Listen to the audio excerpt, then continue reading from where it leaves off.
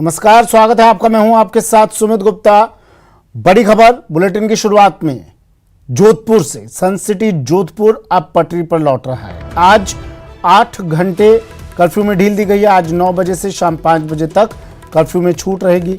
शाम 5 बजे तक आज जरूरी सामान की दुकानें यहां खुली रहेंगी। इंटरनेट सेवाओं पर हालांकि बैन बरकरार है। अब तक 200 से ज्यादा लोग गिरफ्तार भी हुए हैं। बड़ी खबर जोधपुर से। आज 8 घंटे कर्फ्यू में ढील। सुबह 9 बजे से शाम 5 बजे तक कर्फ्यू में ढील। आज 5 बजे तक जरूरी सामान की दुकानें यहां खुली रहेंगी।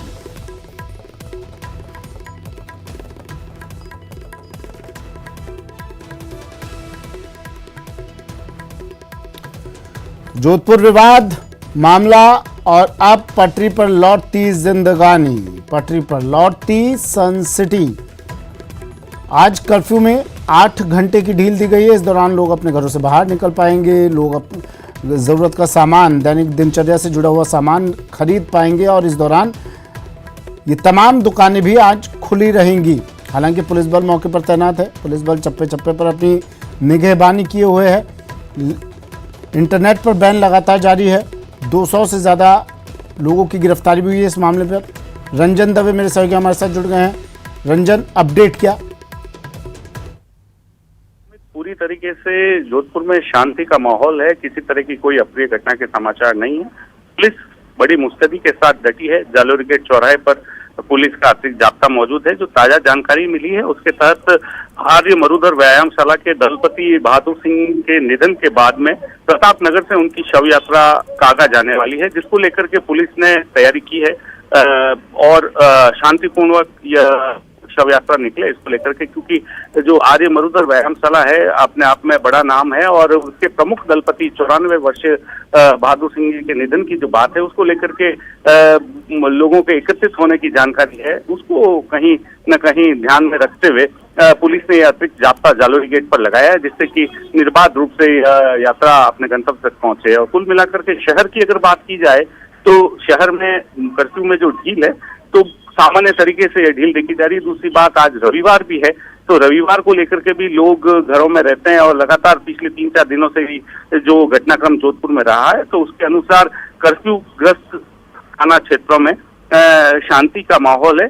लोग घर से बाहर निकले जरूर हैं लेकिन आवश्यक सामान लेने के लिए। उसके अलावा पुलिस शहर के भीतरी इलाकों में जहां जहां कर्फ्यू लगा है वहां नाके बनाकर आने जाने वालों पर पूरी निगरानी रखे हुए है। जहां कभी किसी को किसी बात का संदेह या होता है तो उसे रोक करके पूछताछ भी की जाती है कि कहाँ आ रहे हैं, किस ओर जा रहे हैं। इस सब चीजों को देखते हुए यही कहा जा सकता है कि पुलिस लगातार शांति स्थापना के लिए कटिबद्ध है और प्रयासरत है। तो उम्मीद यह की जानी चाहिए कि जो कर्फ्यू में जो ढील दी गई है वो शांतिपूर्ण तरीके से संपन्न होगी। हालांकि सामान्य दिनों के मुकाबले अभी भी ट्रैफिक जो है वो कम ही नजर आ रहा है। मुख्य मार्ग पर ट्रैफिक कम है। जो अन्य जो थाना क्षेत्र है, 28 थाना क्षेत्रों में से 10 थाना क्षेत्रों में कर्फ्यू है। जो अन्य जो थाना क्षेत्र है वहां आवागमन जारी है, लेकिन रविवार होने के कारण वहां भी आज कम ही भीड़ भाड़ नजर आ रही है। गिरफ्तारियां कुछ और संभव है अभी, रंजन?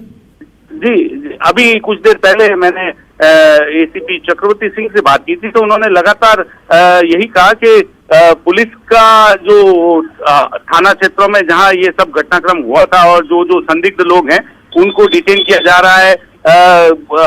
खुफिया तंत्र और जो सूचना तंत्र है उसके आधार पर अगर कुछ मूवमेंट होता है और जो संदिग्ध डिटेन किए गए हैं उनको पकड़ने की जो कार्रवाई है वो भी लगातार जारी है। और मोटे मोटे घटनाक्रम के अनुसार चाकूबाजी की घटना में जो व्यक्ति संलिप्त पाया गया था उसे पुलिस ने पकड़ा है। तो निश्चित तौर पर पुलिस का जो एक खेमा शांति बहाली की ओर लगा हुआ है, तो वहीं पुलिस ने जो जानकारी मिली है, जो फुटेज डिटेन किए हैं उनके आधार पर धरपकड़ का भी जारी है। करीबन 200-250 लोगों के इसमें शांति भंग वाली जो मामले में है उसमें पकड़े जाने की बात है। 31 लोगों के खिलाफ नामजद मुकदमे दर्ज किए गए हैं। और इन सबसे बड़ी बात, इंटरनेट बंद है, उसके बावजूद लीज लाइन से या बाहरी तत्वों द्वारा जिस तरीके से इंटरनेट पर वायरल मैसेज किए जा रहे हैं या फेक न्यूज प्रसारित की जा रही है, पुलिस उसको लेकर के जरूर सख्त है। 4 से 5 ऐसे मामले दर्ज किए गए हैं जिसमें कि फेक न्यूज को लेकर के बात कही गई थी। तो पुलिस लगातार फेक न्यूज के आधार पर कार्रवाई कर रही है और अफवाह फैलाने वाले लोगों को लगातार पकड़ने का जो प्रक्रिया है वो जारी है। स्पष्ट शब्दों में हिदायत दी गई है। कमिश्नर नवज्योति गोगोई ने भी यह बात स्पष्ट तौर पर कही थी कि जिस तरीके से जो लोग न्यूसेंस फैलाने में लगे हैं, जो लोग अफवाह फैलाने में लगे हैं, उनको कतई बर्दाश्त नहीं किया जाएगा, उनको बख्शा नहीं जाएगा। अच्छा, कि कुछ संकेत मिले हैं रंजन, किसी तरह के कोई संकेत मिले हैं आपको कि कब पूरी तरह से जोधपुर में अब सामान्य हालात हो पाएंगे, पहले की तरह जोधपुर फिर से अपनी सामान्य दिनचर्या, सामान्य पटरी पर लौट आएगा? हालांकि सुमित, जिस तरह का घटनाक्रम लगातार जोधपुर ने देखा है और अब जो हालात हो रहे हैं सामान्य की ओर अग्रसर हो रहा है, तो जोधपुर की जनता भी ये उम्मीद करती है कि लगातार अब इस तरीके के जो घटनाक्रम है, जो कर्फ्यू है, उसमें जो छूट है वो बढ़ाई जाए और या कर्फ्यू समाप्त किया जाए। तो कुल मिलाकर के आज जो सवेरे 9 बजे से लेकर के शाम को 5 बजे तक 8 घंटे की छूट दी गई है। तो एक ऑफिस टाइमिंग अगर इसको माना जाए तो कोई गलत नहीं होगा। अब इसके साथ ही साथ प्रयास ये किया जाएगा कि दिन के सवेरे में कर्फ्यू हटाया जाए और उसके बाद में रात्रिकालीन कर्फ्यू जारी रहे, ऐसी संभावना व्यक्त की जा रही है। हालांकि आधिकारिक पुष्टि नहीं की गई है, लेकिन यह माना जा रहा है कि लगातार इसमें। तमाम जानकारी के लिए रंजन दवे मेरे सहयोगी जोधपुर से हमारे साथ फोन लाइन पर जुड़े। 8 घंटे आज कर्फ्यू में ढील।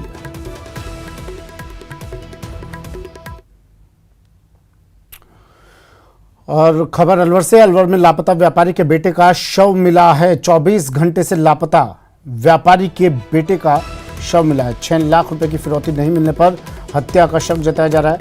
रात 12 बजे तक व्यापारी धरने पर बैठे, उसके बाद पुलिस हरकत में आई और शव मिला। दुकान पर लिखे नंबर पर फिरौती का मैसेज अपहरणकर्ता भेजते रहे, लेकिन व्यापारी की सिम बंद पड़ी थी। अब इसके बाद जब पुलिस ने तलाशी की तो केशव का शव पहाड़ी पर दबा हुआ मिला। पुलिस ने 4 संदिग्ध लोगों को हिरासत में लिया है।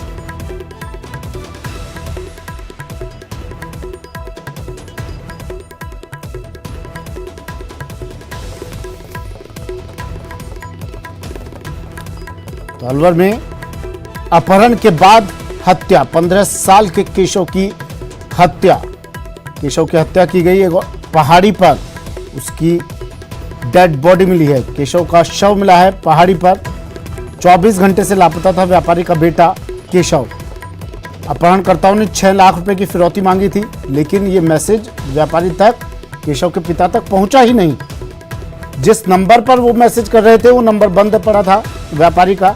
इसके बाद अपहरणकर्ताओं ने केशव की हत्या की और उसके शव को पहाड़ियों में फेंक दिया। रात 12 बजे तक व्यापारी धरने पर बैठे रहे। इसके बाद जाकर पुलिस हरकत में आई, पुलिस को शिकायत दी, लेकिन पुलिस अपनी कुर्सी से हिलना मुनासिब नहीं समझा। जब व्यापारी धरने पर बैठे, प्रदर्शन किया, एकत्रित हुए व्यापारी एक साथ, तब जाकर पुलिस ने जहमत उठाई थाने से बाहर निकलने की। और जब तलाशी की गई तो व्यापारी के बेटे का शव पहाड़ियों पर मिला। राजेंद्र मेरे सहयोगी अलवर से फोन लाइन पर जुड़ गए हैं। राजेंद्र, पूरा मामला क्या, अपडेट क्या? अलवर जिले के गढ़ी सवाई राम का ये पूरा मामला है, जहां पर व्यापारी के पुत्र है उसका अपहरण कर लिया और अपहरणकर्ताओं के द्वारा उसके जो दुकान के बाहर जो मोबाइल नंबर लिखे थे उन मोबाइल नंबरों पर फिरौती के लिए मैसेज डाले थे। और मैसेज क्योंकि वो सिम को जो व्यापारी है उसके द्वारा उसको रिचार्ज नहीं कराया गया था, जिसकी वजह से उसके पास वो मैसेज नहीं पहुंचे, तो उसे पता ही नहीं चला कि उसका बेटे का अपहरण हो गया है। उसके बाद परिजनों ने पुलिस को सूचना दी। पुलिस ने इस पूरे मामले में 24 घंटे तक कोई कार्रवाई नहीं की, लेकिन उसके बाद जब व्यापारियों ने बाजार बंद कर दिया और बाजार बंद करने के बाद धरना शुरू कर दिया, हाईवे पे जाम कर दिया, तो पुलिस ने सर्च ऑपरेशन चलाया और उसके बाद पास में ही पहाड़ी पर बच्चे का शव दबा हुआ मिला है। पुलिस को शव मिलने के बाद आक्रोशित हो गए व्यापारी और धरने पर बैठ गए। देर रात 12 बजे हाईवे को जाम कर दिया था। उसके बाद पुलिस अधीक्षक तेजस्वी गौतम खुद मौके पे पहुंची और उन्होंने आरोपियों को जल्द से जल्द गिरफ्तार करने का आश्वासन दिया और उसके बाद बच्चे के शव को मोर्चरी में रखवा दिया, जहां उसका पोस्टमार्टम करवाया गया है। और जो 4 लोगों को पुलिस ने डिटेन किया है, जिनके अपहरण करने और हत्या करने का आशंका है कि ये 4 लोग ही शामिल हैं, जिसको देखते हुए पुलिस उनसे पूछताछ करने में जुटी हुई है। राजेंद्र, व्यापारी ने और उनके साथ लोगों ने शिकायत दर्ज करवाई थी? उसके बाद पुलिस का क्या रुख रहा था? जी, ये पूरा शुक्रवार की शाम को 5 बजे के करीब जो व्यापारी का पुत्र है, 15 साल का वो लड़का है, 10वीं कक्षा में पढ़ता था। तो वो कोई अबोध बच्चा नहीं था, उसका अपहरण करके ले गए और ले जाने के बाद 24 घंटे तक वो उसके उस बंद जो सिम पड़ी हुई थी उस पर मैसेज करते रहे। और वो समझते हैं कि उसके पिता की ओर से फिरौती की राशि नहीं दी जा रही है, जबकि उसके पिता के पास वो मैसेज पहुंच ही नहीं रहा था। लेकिन पुलिस को सूचना के बाद पर पुलिस ने कोई कार्रवाई नहीं की। ये बड़ा सवाल है कि आखिरकार पुलिस अगर समय रहते इस पूरे प्रकरण की पर गहनता से जांच करती और एक्शन लेती तो शायद उस बच्चे को बचाया जा सकता था। लेकिन ये बार बार अलवर पुलिस के साथ ही ऐसा क्यों होता है राजेंद्र? ये काम में लापरवाही, ये निकम्मापन, ये नकारापन अलवर पुलिस के खाते में ही क्यों जमा हो रहा है ये सब? जी, अलवर पुलिस की कार्यशैली हमेशा विवादों में रहती है और ये कहा जाता है कि अलवर पुलिस अपने काम से ज्यादा दूसरी चीजों पर लगी रहती है। अलवर पुलिस किसी भी मुकदमा दर्ज होता है तो उस मुकदमे का इन्वेस्टिगेशन से ज्यादा पुलिस का जो ध्यान होता है वो दूसरे कमाई के जो कहें कि अवैध कमाई के जो सोर्स है उस पर ध्यान ज्यादा फोकस रहता है। इसलिए अलवर पुलिस हमेशा बदनाम रही है और पूरे देश में अलवर पुलिस के जो कारनामे हैं वो चर्चाओं में रहे हैं। बात हुई आपकी एसपी साहिबा से, क्या कह रही हैं वो? लापरवाही स्वीकार करती हैं वो? एसपी का कहना है कि पुलिस से कोई सुराग लगे हैं और जल्द ही इस पूरे मामले में आरोपियों को गिरफ्तार किया जाएगा। और ठीक है, अब वो कह देंगे आरोपियों को गिरफ्तार किया जाएगा, सुराग तो पुलिस के हाथ लगते ही रहते हैं, आरोपी भी गिरफ्तार हो जाएंगे। लेकिन लापरवाही कहीं मानती हूँ, स्वीकार करती हैं हुई कुछ लापरवाही? जी, उनका इस बारे में कहना है कि अगर इस तरीके के परिजनों की कोई शिकायत है तो उसकी जांच करवाई जाएगी, अगर कोई दोषी होंगे तो उनके खिलाफ भी कार्रवाई की जाएगी। ठीक है, शुक्रिया राजेंद्र तमाम जानकारी के लिए। राजेंद्र मेरे सहयोगी हमारे साथ फोन लाइन पर जुड़े। 6 लाख रुपए की फिरौती मांगी थी लेकिन वो फिरौती नहीं मिली तो कुछ अपहरणकर्ताओं ने, ऐसा कह रहे हैं लोग, व्यापारी के अपहरणकर्ताओं ने हत्या कर दी। 4 संदिग्ध लोगों को पुलिस ने हिरासत में लिया है, पूछताछ अब की जा रही है। खबर 12 से 12 में पेट्रोल पंप से अतिक्रमण हटाया गया और ये अतिक्रमण अब शहर भर में चर्चा का विषय बना हुआ है। पूर्व सभापति के पेट्रोल पंप से अतिक्रमण हटाया जा रहा है। अतिक्रमण हटाना शहर भर में चर्चा का विषय है। जमीन को सड़क बताकर अतिक्रमण हटाया जा रहा है। कहा जा रहा है कि पेट्रोल पंप सड़क पर बना लिया, जिसकी वजह से अब ये अतिक्रमण यहाँ से हटाया जा रहा है। इस दौरान करीब 6 दुकानें भी तोड़ी जाएंगी।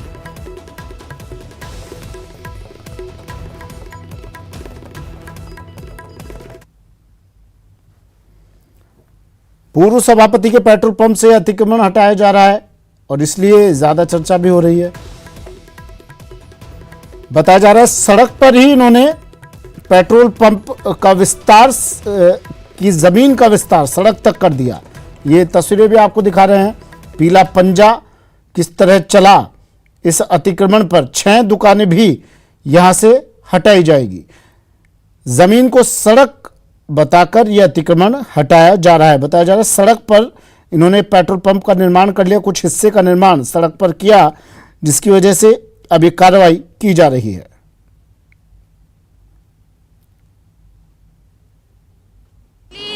सार्वजनिक निर्माण विभाग की जमीन पे जिन्होंने हमें लिख के दिया था उनकी जमीन पे अधिग्रहण हो रहा है और साथ में नगर परिषद की भी जो खसरा नंबर 170 और 171 है वहाँ भी कई लोगों ने नींव फूट के भर दी है। जो जमीन प्लांटेशन बेल्ट और हाईवे बेल्ट के रूप में आ रही है जहाँ पे आवासीय निर्माण प्रतिबंध है, तो उन जगहों को हमने करीब 12 या 13 ऐसी है जिन्होंने चिन्हित कर लिया है और आज उनका अधिग्रहण तोड़ने की कार्रवाई की जा रही है। विपिन तिवारी मेरे सहयोगी अलवर से फोन लाइन पर जुड़ गए हैं। विपिन, ये किस तरह की कार्रवाई की जा रही है? 12 से विपिन जुड़े हमारे साथ।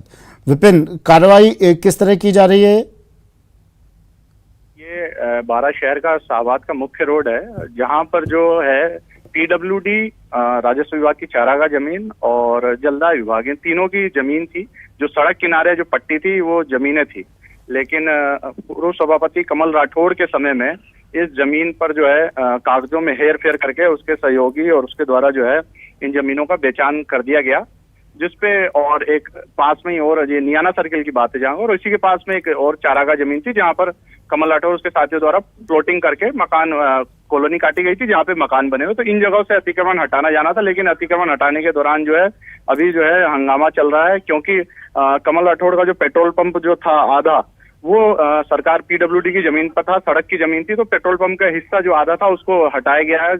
और उसके बाद ही जो 9 मकान थे, बड़े बड़े शोरूम जो बने हुए थे, उनको हालांकि अभी नगर परिषद ने छोड़ दिया। इसी के कारण नगर परिषद को विरोध झेलना पड़ रहा है, क्योंकि पक्षपातपूर्ण कार्रवाई नगर परिषद का लोग आरोप लगा रहे हैं कि नगर परिषद कर रही है। और उसी के आगे कुछ मकान बने हुए हैं जो 2012 से लोग काबिज थे, उनके पास जो है कुछ इकरारनामे और नोटरी टाइप के कागज भी हैं, जिनको जो है नगर परिषद नहीं मान रही है और उनके मकानों को तोड़ा जा रहा है। ऐसे में जो घर की महिलाएं और पुरुष है वो यहाँ पर अब हंगामा कर रहे हैं, क्योंकि नगर परिषद जो है पक्षपातपूर्ण, क्योंकि 9 मकान उधर छोड़ दिए गए हैं बड़े बड़े, और यहाँ पर छोटे जो गरीब तबके के लोग हैं जो घर बना के रह रहे हैं, उनके मकानों को तोड़ा जा रहा है। फिलहाल कार्रवाई जारी है, बड़ा पुलिस लवाजमा मौजूद है, एडिशनल एसपी से लेकर करीबन 200 लोगों का यहाँ पर स्टाफ पुलिसकर्मी मौजूद है। इसके अलावा जो है 6 पॉकलैंड मशीनें और दर्जन भर करीबन जेसीबी मशीनें, बड़ी संख्या में डंपर और यहाँ नगर परिषद के सफाई कर्मी। ऐसे में बड़ा एरिया है, शाहबाद रोड और चौड़ी जगह है, लेकिन कार्रवाई फिलहाल जारी है और लोगों का विरोध लगातार हो रहा है। कुछ दुकानें खाली भी की जा रही है जहाँ से अतिक्रमण हटाया है, लेकिन बड़ी 12 जिले में अब तक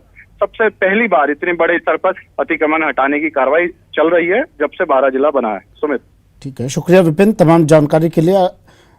12 से विपिन तिवारी मेरे सहयोगी फोन लाइन पर जुड़े, बता रहे थे पहली बार इतनी बड़ी कार्रवाई यहाँ की जा रही है अतिक्रमण हटाने की। जमीन को सड़क बताकर ये अतिक्रमण अब यहाँ से हटाया जा रहा है। 6 दुकानें तोड़ी जाएंगी और अब इसका विरोध भी किया जा रहा है। कुछ मकान भी निशाने पर हैं जिन्हें हटाया जाएगा, और विरोध इसलिए किया जा रहा है कि प्रशासन ने कुछ मकान यहाँ छोड़ दिए। जो बड़े मकान थे उन्हें तो छोड़ दिया, अतिक्रमण के दायरे में वो भी आ रहे थे, उन्हें छोड़ दिया, लेकिन जो छोटे मकान थे उनको निशाना बनाया जा रहा है, उन्हें हटाया जा रहा है। और पूर्व सभापति के पेट्रोल पंप से भी अतिक्रमण हटाया जा रहा है। ये तस्वीरें कार्रवाई के दौरान की। जालौर के अदेपुर गांव में एक ही रात 2 घरों में चोरी की वारदात हुई। इस दौरान चोरों ने 9 लाख के जेवरात और 5 लाख नकद चोरी कर लिए। जानकारी के मुताबिक दोनों परिवारों के लोग सुंधा माता के दर्शन के लिए गए थे। चोरों ने एक घर से तिजोरी में रखे सोने के 4 लाख रुपए के जेवरात और 2 किलो चांदी के जेवरात के अलावा 4 लाख कैश चुरा लिए, जबकि दूसरे घर से सोने के 2 लाख के जेवरात, 2.5 किलो चांदी के जेवरात और 1,18,000 कैश लेकर फरार हो गए।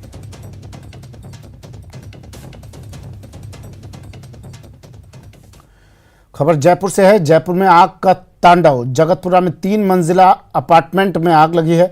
4 दमकल की गाड़ियों ने इस आग पर काबू पाया। शॉर्ट सर्किट बताया जा रहा है आग लगने के कारण। सुबह 4:30 पर आग लगने की सूचना मिली थी, जिसके बाद 4 दमकल की गाड़ियां मौके पर पहुंची और आग पर काबू पाया गया। 3 मंजिला अपार्टमेंट में लगी आग।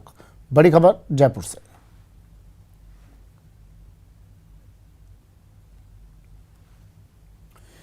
चित्तौड़गढ़ के 13 पुलिस थानों में 104 मामलों में जब्त किए गए अवैध अफीम, डोडा चूरा, स्मैक ब्राउन शुगर और गांजे का जिला औषधि व्यसन समिति की ओर से नत्थीकरण कर लिया गया है। जिला पुलिस अधीक्षक से मिली जानकारी के मुताबिक जिले के 13 पुलिस थानों के मालखानों में कई सालों से अवैध डोडा चूरा, स्मैक ब्राउन शुगर और गांजा रखा हुआ था, जो खराब हो गया था और मालखानों में स्थान की कमी हो रही थी।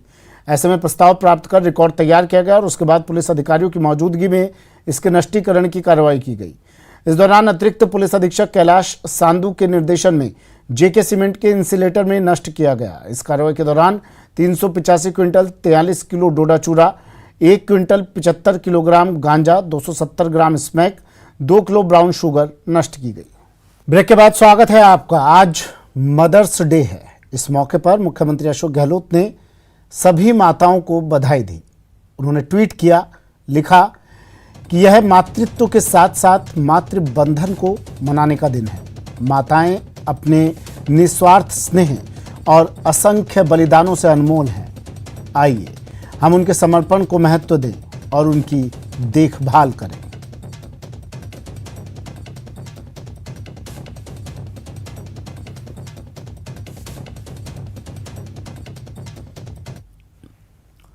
बेंगलोर की जैन यूनिवर्सिटी में भारत सरकार के खेल मंत्रालय द्वारा आयोजित खेलो इंडिया यूनिवर्सिटी गेम्स की कबड्डी पुरुष प्रतियोगिता में चौधरी बंसीलाल यूनिवर्सिटी भिवानी की टीम को 15 अंकों के बड़े अंतर से हराकर कोटा विश्वविद्यालय की टीम ने 52-37 के बड़े स्कोर के साथ देश में प्रदेश का परचम लहराने वाली टीम कोटा पहुंची, जहां रेलवे स्टेशन पर प्लेटफॉर्म से ही खिलाड़ियों का भव्य स्वागत और अभिनंदन का दौर शुरू हुआ, जो कोटा विश्वविद्यालय तक जारी रहा।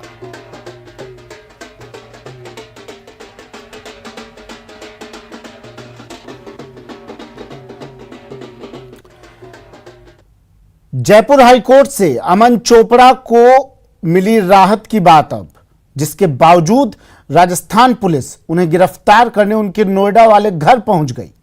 बता दें कि जयपुर हाईकोर्ट ने अमन चोपड़ा की गिरफ्तारी पर रोक लगा दी है। साथ ही कहा कि उनके खिलाफ कोई दंडात्मक कार्रवाई नहीं होनी चाहिए। आदेश सुबह पारित किया गया था और कुछ घंटों बाद ही राजस्थान पुलिस के अधिकारियों की टीम चोपड़ा को गिरफ्तार करने के लिए उत्तर प्रदेश के नोएडा में स्थित उनके आवास पर पहुंच गई। कुछ ही देर में यूपी पुलिस के अधिकारी भी मौके पर पहुंच गए। राजस्थान पुलिस ने कथित तौर पर अमन चोपड़ा के आवास के बाहर गिरफ्तारी वारंट चिपकाया और यूपी पुलिस द्वारा उन्हें बाहर निकाला गया।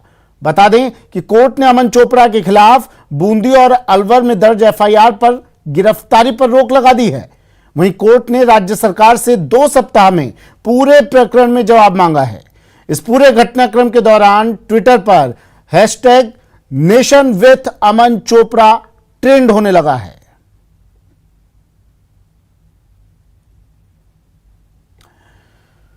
वहीं अमन चोपड़ा की ओर से कोर्ट में पैरवी करने वाले वरिष्ठ अधिवक्ता विवेक राज बाजवा ने बताया कि एक ही मामले में अलग अलग एफआईआर दर्ज नहीं की जा सकती, लेकिन अमन चोपड़ा के खिलाफ डूंगरपुर में पहली एफआईआर दर्ज होने के बाद बूंदी और अलवर में एफआईआर दर्ज की गई, जो बिल्कुल गलत है। कोर्ट में अमन चोपड़ा की ओर से सभी तथ्यों को रखा गया। उसके बाद कोर्ट ने अमन की गिरफ्तारी पर रोक लगा दी।